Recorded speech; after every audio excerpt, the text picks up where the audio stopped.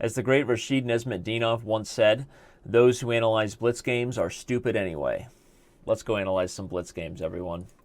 Of course, we have to start off with the lowlights from the Titled Tuesday Cash Tournament held on August 2nd on Chess.com. Grandmaster Alexander Domchenko was white in this position, thinking hard on whether or not he should go pawn grabbing and take on c7. It's blitz. He decided if you see material, often you should go take material, especially if there isn't an exact concrete follow-up.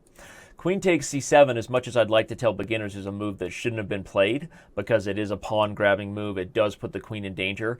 The truth is the move was fine, as long as white in this moment saw black's coming a brilliant tactic. In this position, Domchenko did not see it, and so Dr. Basim, whose actual name is Basim Amin from Egypt, ended up trapping the queen on c7. If you want to pause the video to try to guess what exactly black is threatening, I'm going to encourage you to do so. But I'm going to say that the best move for white for sure was the move queen to d6, which threatens to take the d5 pawn with check, and even if it's defended, the first lady at the very least finds her way safely back home. Instead, Mr. Domchenko played the move knight to b3, naturally bringing in reinforcements to help the first lady on her pawn-grabbing tour around the world, but could have been followed by immediate resignation once bishop d8 is played, and the queen is awkwardly trapped. No squares to go to. Domchenko actually brought her to f4 and lost her for the rook, but went on to lose this game as he should after getting his queen trapped. So Basim Amin got his first victory, and that leads us to our second very fun and interesting queen sack to look at. Probably what's most interesting about this game is that our second queen sack occurs via the same move for black and actually happened in the same round. How often does that happen? I don't know. It's a little bit of a coincidence, but then again, there's been so many millions of chess games. Are there really any coincidences left? Who knows? In this position, white is in a little bit of trouble. The queen is under fire. There's a battery by the bishop and queen here to take on e4, and the truth is that pawn is falling with tempo no matter what with the rook. So no denying it. Black is better here. Black being Grandmaster Bhaskaran Adhiban, yeah. Grandmaster Bhaskaran Adhiban, Fireheart 92, a regular player in our Title Tuesdays, actually does very well very often. So sorry for forgetting his name for a moment, but I'm a human being, so it happens. In this position, National Master Veni Ice, his username, who is actually National Master Venkat Iyer from New York, played the move queen to a5, trying to put his queen in position to get some counterplay, maybe to justify the pawn on e4, and you can guess what black played here. If you want to pause your video and take a guess, it's a little too late. Bishop to d8. The queen is trapped, and just like that, another queen trap with another bishop d8 move in the same round. A couple more moves were played with bishop to b6, trying to delay the inevitable, but actually only loses a piece to go with it, because after queen takes b4, the queen falls immediately on bishop takes f2, discover check, and that is exactly how the queen was won in this game. Our second queen sack, and kind of the end of our low-light highlights of what happened on August 2nd on Chess.com. I'm going to pause the video right now and get ready to bring you some really instructional takeaways in multiple king and pawn endings that were played over on our site on that day. I should definitely get used to saying the name Bhaskaran Adhiban, and you should get used to hearing it, because I've already said he plays in all of our Title Tuesdays and often delivers with excellent play. In this game, he was the beneficiary of a very common mistake players make, anticipating the potential king and pawn ending and calculating forced lines. Jan123, who remains anonymous by request, is calculating whether or not to stay in the rook and pawn ending or to trade. Now, a piece of advice I've often given my students and all of my adopted students here through my videos is that you really should understand that, one, rook and pawn endings tend to offer some of the best drawing opportunities of any endgame. And so unless you are 100% sure, you should never go into the king and pawn ending. Understand that while most rook endings are drawn, that adage does hold true most of the time, most king and pawn endings are actually decisive, despite how people feel about taking more material off the board. You want to believe it's making your chances easier. And in this position, Jan's mistake was basically based on a very easy one to make, assuming your opponent had to play a forcing move. Usually the moves that we assume our opponents have to play are captures, because if they don't capture, we're going to capture them. So subconsciously, you're always calculating with this expectation your opponent has to capture. And in this position, Jan123 should have kept the rooks on the board with decent drawing chances, instead played the move rook takes e7, heading into the king and pawn ending, and you're asking me, Danny, how can this be bad? White attacks the pawn, and now he's going to use his 3-on-2, right? Well, that's exactly what Jan tried to do. After the queenside move is played, this is where Jan first realized he's made a grave mistake when Mr. Bhaskaran Adibon just ignored it with A5 exclam. Again, this whole line of trading rooks was calculated based on the assumption that black was going to capture and that white was going to have a 2-on-1. In fact, a winning endgame for white, because those two pawns will eventually lead this king away, and in the end, white's king will be closer to the bigger, more important prize. The problem is you can never play king and pawn endings assuming a capture. And in this position, as soon as Adibon ignores it, it becomes obvious that white is completely lost, because these files will cancel out each other. These files will cancel out each other. So who's up a pawn? Black.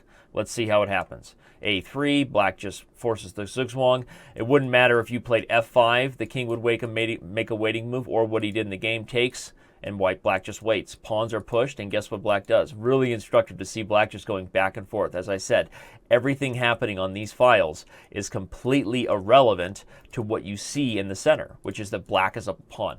This is a very mature approach, of course, not unexpected by a grandmaster of Adibon's level, but still super instructive to see this.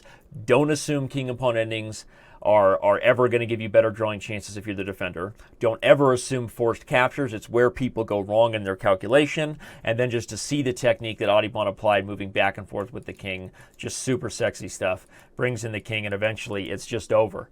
Even if the king comes here, probably here black could win with lines like this, but the simplest might even be a move like this. Pawn makes any sort of move and then just move the king again. And eventually white is in zugzwang and black is easily winning. So instructive king and pawn ending, right? And looks like Bhaskaran Adibon is always going to be on the winning side of these king and pawn endings, right? Wrong. Let's now take a look at a game that he had as white against a FIDE master, who I am going to try to remember his name right now, if I can. And his name is Tomasz Megladze, or let's just call him Megatron, Tomasz Megatron, from Georgia, the country. He's not from Hotlanta, sorry. So here we have the game between Bhaskaran Adibon and, as we said, Tomasz Megladze. How many different ways can I butcher that Georgian name? I apologize. But what we see here is a critical decision, and actually another easy one to go wrong when you're calculating a king and pawn ending. The other case, we saw white messing up drawing chances with the rook ending, the psychological mistakes of forcing capture. Here, even grandmasters can go wrong. Bhaskaran Adibon is low on time given. As Nesmatdinov said, analyzing blitz is stupid, but still super instructive for all of us. The point is that white has been struggling to convert the queen versus the rook and the bishop for some time. If you want to see the full game, head to Chess.com. Sensing his opportunity to transition out of this complicated, will the queen ever be able to outplay the rook and bishop ending, into what looks like a king and pawn ending that's winning for white, mainly because of the active king. So the takeaway from this is active kings are probably the second biggest advantage you can ever have. We'll say third biggest advantage you can ever have at king and pawn ending, after material and protected passed pawns. Those two are just like, the golden things. But an active king is also normally very powerful, and it's exactly what led Adibon to believe that this endgame should be winning. But the third thing is not underestimating how much of an advantage your opponent will have when his pawns are further advanced. Even lines that look like they're winning for you because your king is farther up, you're going to get pawns pushing faster.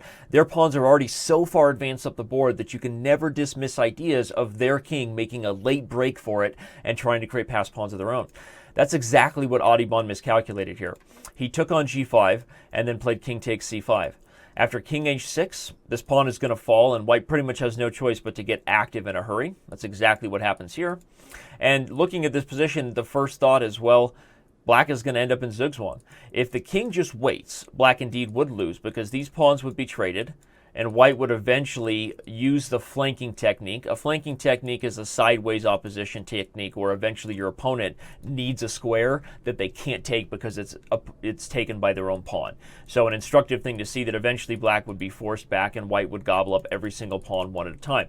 Pretty easy and fun stuff that would be.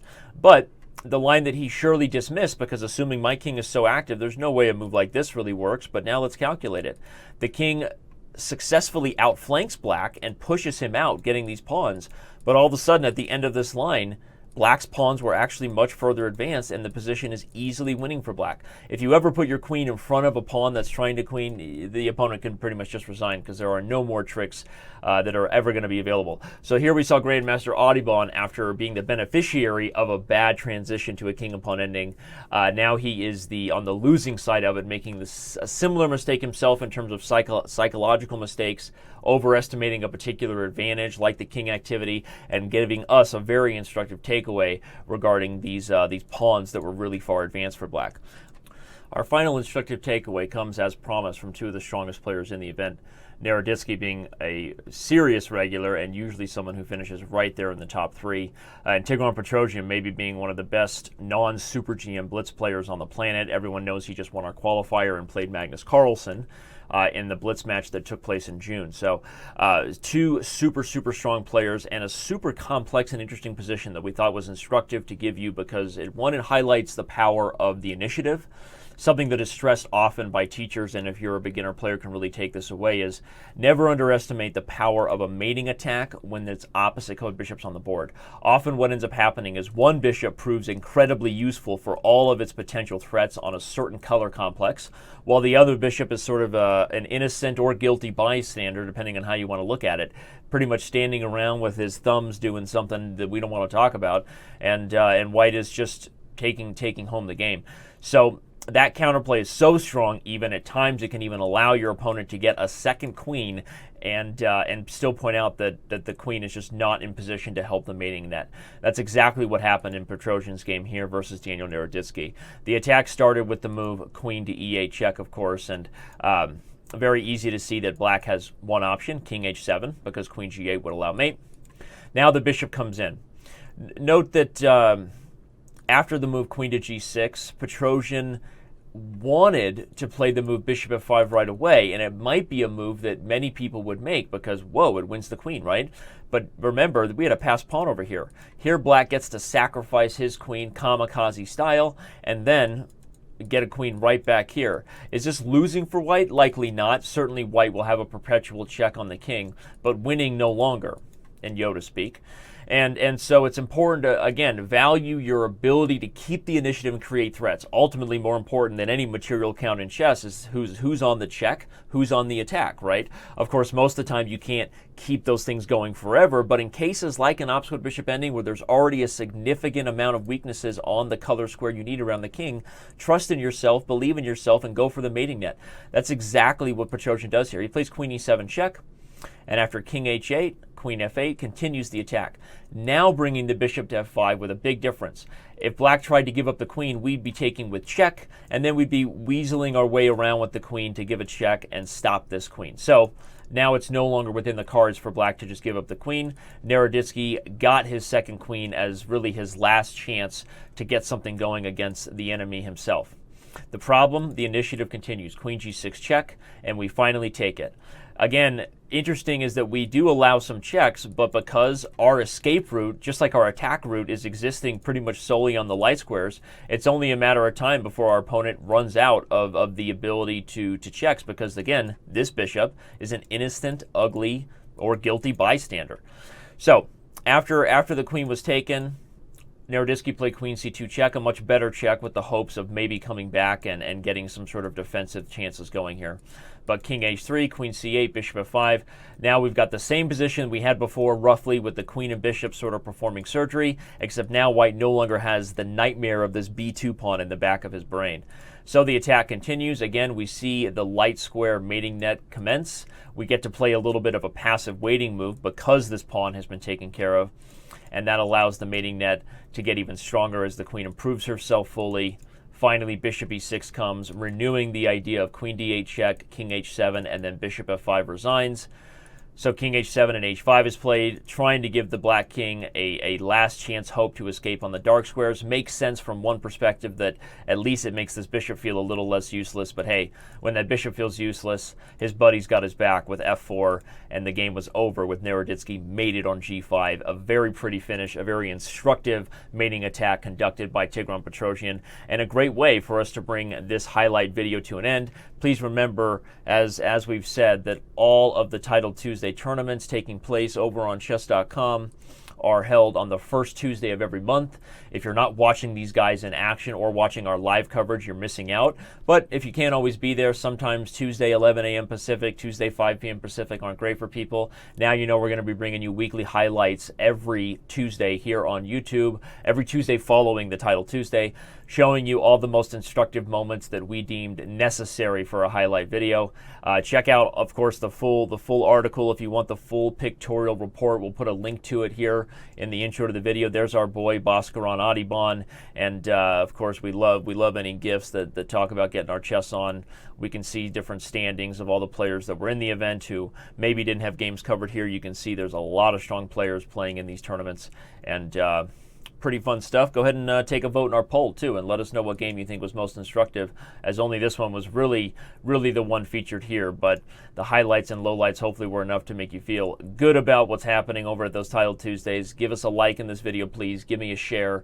Give me all that good stuff, and I'll see everybody around over on Chess.com.